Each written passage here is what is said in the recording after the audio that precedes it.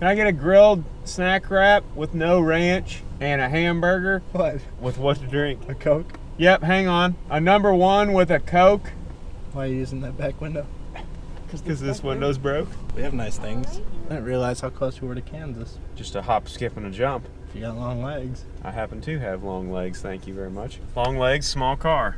Broken windows. Recipe for success. How you doing, old bud? Yeah, we got a little window problem here. Hang on. Can you get it? Sorry, we're poor. There we are. Oh, Brody, she's got a thing for you, dude. Who wouldn't? Should I ask her if she loves him? No. Well, what if she loves you and you're missing out? Well, then. I don't know if they're gonna be able to tell that from a 2-second encounter in a drive-thru. Ever heard of love at first sight? Thank you. Ask her if she believes in love at first sight, Brody. Yep, you too. He loves you. She definitely likes you, Brody. I wasn't even looking. I was like, oh man, I looked back real quick. I was hoping I didn't roll her hand up in the window. Well, let's head north, boys. We're down here in northern Missouri today. We're on a little scouting mission. A friend of ours, a viewer on the Facebook page named Matt, who's up here in front of us, he messaged us and asked us to come down here and go on a little consulting trip with him. So we're gonna go and look at his property. Brody and Jake are with me and they're all jacked up and ready to go. It's a perfect day to get out and do some walking. It's gonna be like 40, 50 degrees today as a high. So we're gonna follow Matt up here and check out his property quick. This is it here, boys. Got them big John Deeres back here, see them? This is it here, boys. Sorry. No, you just be who you are. That's good. I'll just be who I am and everyone will make fun of me. Well, that's part of the deal. Part of the deal, boys. Look at them John Deeres. Big old John Deeres and big old tractors in there, boy, you saying? You're saying you're coming in from here most of the time, Yep. right? This logging road winds right down to that corner. Okay. And where have you got your trail cameras at in the past? I've put trail cameras here, Okay. here, and I get pictures of bucks, 3-year-old bucks Yeah, mostly. like them ones that you sent me. Yep. 3-year-old I would say is pretty much mature. Oh yeah, I mean, I heck, mean, when I was hunting. I haven't passed one yet, I don't think. Yeah, So, I never did when I was living down here. but as far as, I get more pictures here and here. Any mature bucks in October? Not really. What about this little bridge right there almost? Is that dry or shallower That- than the rest of it? They used to cross right there a lot, I Yeah. know that. But to be honest, I haven't been back in here for, Long time? Mature buck sightings over the years. You've been hunting here for about a decade, you said. yeah, one right here in this corner. Right there, what was he doing? He was bedded with a doe. Just looking at this, the first inclination, have you ever been to that point? Nope. Right there. Nope. Can we go down in there and walk that transition Oh yeah, up absolutely. and go and check that out? Yep. I don't know exactly how you'd hunt it right there, but that was the first place that I wanted least to need to look look at. at it, yeah. Just found a real high rub right here, and Jake's got a pretty good buck bed, sounds like, right behind us. Another rub about 10 feet away. There's an old rub right here on the tree. See that one, Brody? And there's several more big ones down through here. Let's go see what he's got. Right here. See this? There's all kinds of bucks. There's one over here. And 2 big rubs. That's a definite bed. This is a good spot. He's got them all over this little island here just for any wind direction, basically. Yep. So if the the buck that's making most of these beds is gone, then another one's just gonna move in. Yeah. This is a type of a spot right here where I would assume a buck is bedded. Honestly, it a almost, lot. It's really subtle, but it almost seems like it's just a little bit higher too. It is just a little bit higher. Like this is dry. And look right here in this bed, Brody. See how this grass is pretty tall around the edge of it? And then this is all matted down and it's almost kind of dead looking right here. And when you feel it, it's real soft right there in that spot. That's a bed that a deer's using often. He's getting up out of this bed and he's going down there through that transition that we walked through. Yep. Remember where we were seeing those rubs down in there? I'm getting excited now. Me too. That's the way it works. We kind of it's almost like a bird dog finding, you know, a covey of quail or something. You can tell when you're starting to get close. I would have walked Right. I would have walked straight past all this. That's why I needed you guys. Yeah, Help me man. identify this stuff. Well, we're hopefully you'll whack a big one in here this time next year. I hope or so. well, September, October next year, I guess. This Is one we probably need to spend a few minutes walking out. The way that you access in here, it may be difficult for you to get in and out of here. You might be able to throw a hunt at it in September or October, and honestly, that's what we're doing a lot of the time. We're finding these spots and we're waiting for the exact conditions, and then we're going in there for the kill just Right. once or twice. Yeah. You know, and we don't really worry too much about spooking does and little bucks. You know, as long as you're not putting constant pressure on those deer, they're coming right back. And this is a spot you're probably going to have to take more than an hour just to get in here, you know? I mean, Yeah. Oh, yeah. It's not like you're just going to go power walking through the woods. You're going to be hunting basically your whole way through. That may be why you're also not seeing mature bucks. Because I'm not way back in Like here where they're at. a long ways Yeah. from you yet if they're bedded right there. We're finding some good stuff out here. It took us a while to find the best buck bedding we could on his property. It's about 200 acres or so, wouldn't you think? Yeah, I think so. And it's got a lot of this swampy, real high stem count stuff along the edge of it. You're noticing that we're out here in this grass where some sunlight's actually getting into the head of this swamp, and that's where those bucks are bedding and congregating a lot. But there's not any good trees really for a stand. There's potentially some along that edge back in there, but we're looking at this setup for a ground attack.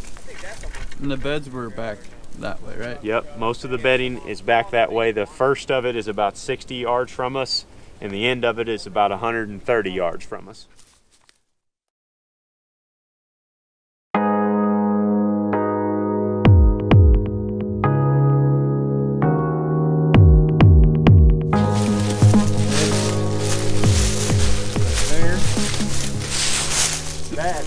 That's how the buck is going to want to traverse through this country.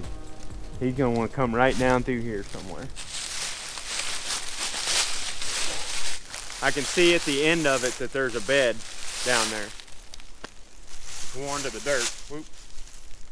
So he's doing that same thing, south wind, southwest? Southwest wind, does are bedding off that point, and we're walking the leeward side of the hill right here.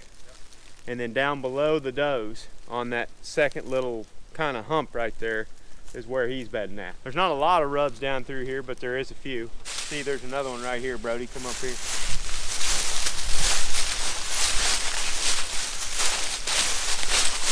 Right there.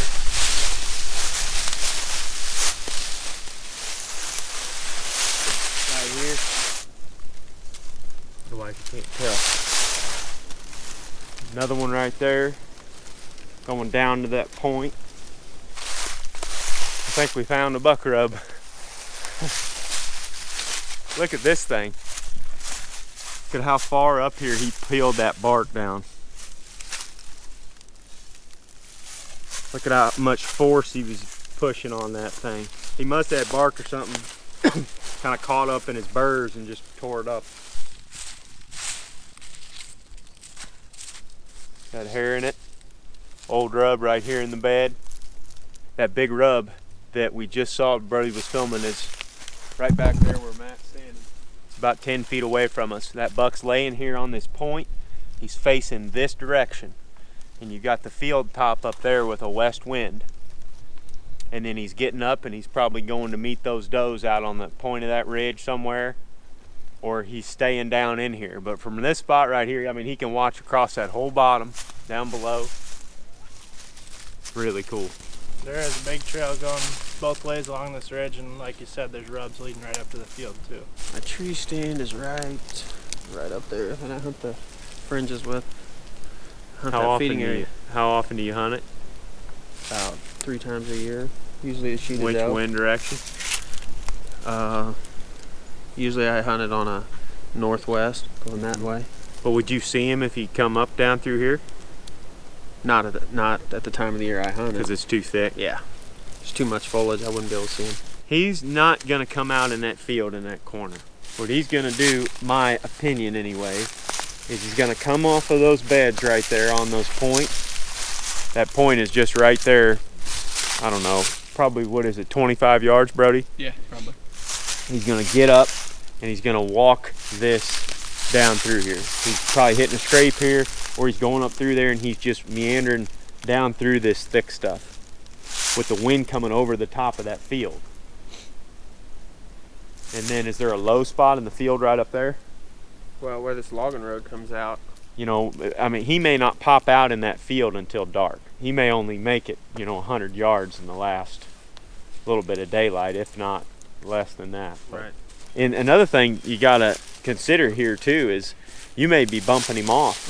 If you're climbing up in a tree right there in the edge of an afternoon. He may just watch you climb up the tree and then move and then leave right out of there, and you may not even know that he was in the world, you know. You've hunted that field edge before? I got a stand up there. Yep. You've had a camera in that corner, you said? Yep. He's got a big buck. Big body. Ever daylight or not? Nope. It was a nighttime picture. He's a gnarly looking, like he's a mature buck though, for sure. He's a heavyweight. Yep.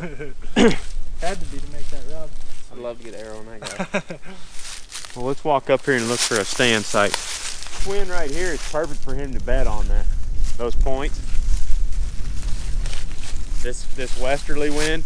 But if you end up hunting back here behind that brush pile, almost on the side of that ridge, it's going to be kicking back when it's coming over that ridge. Right here, the wind is funneling right down through that opening and taking it out across that field.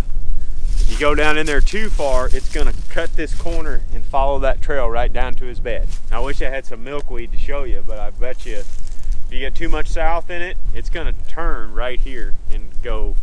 Can you get in these trees right here? Yep. That's on your side of it. Yep. Yeah. I mean, if you wanted to play the conservative route first, you could hang right there and be watching down that road. You could put a camera here and access it pretty easily along this edge anyway. He's not going to come through that. He might be using that trail you're Right, standing on. right. You can put a camera right there facing down this roadway. Yeah. And you're going to either get him coming up the road or coming right here on this trail. Yeah. I mean, there's a scrape 10 yards down. I'm sure there's littered with scrapes all the way down that road. Yeah, but right here, I guess he could go up, but it makes more sense, and the sign bears it out right here with all the buck turds and stuff, that he's coming around that brush pile and he's accessing the field. That's one thing we do notice is a mature buck will use the low spot in the field to come in. Because with that wind right there, he's getting that swirling, that thermal effect pulling back down into the bowl of the field. So he can smell any of the other deer that are up on the top. And it's a more conservative spot that you can probably hunt a few times. But, you know, if you wanted to just make sure, you could run a camera there and leave it sit for a couple weeks, pop in, check it. If you've got him, then hunt it. Yeah. If he's in daylight, then obviously you're good shape right here. If he's not, if he's just at the edge of it, but he's coming up this road, then you got to go down the road. The first bed in the big rub that we just found is 150 yards from here. Like you could make it another 75 yards and pop up in a tree on that side hill. Your wind is just what's going to be tricky. What do you think, boys? I think we found some good spots today. Yeah, we found some pretty cool stuff, I think. Yeah, absolutely. I think we narrowed down where I need to be hunting. Yeah. Some things that I wouldn't have found on my own for sure. So There was a lot of stuff that you told us where we just kind of put the pieces of the puzzle together. I guess Yeah. it's just followed sign back into what Yeah, it'd take supposed us to be. weeks. See, that's the thing. When you work as a team, like you've been hunting here forever. I mean, I can You know, peel off and from you guys and go cover twice as much ground, Right. basically. Right. Yeah, we covered, what is this, about 200 or Yep, so? about 180. 180 acres in about 4 hours or so today. Yeah. And we found probably 4 or 5 really good spots, it looked like. For different times of the year, too, which Yep. is nice.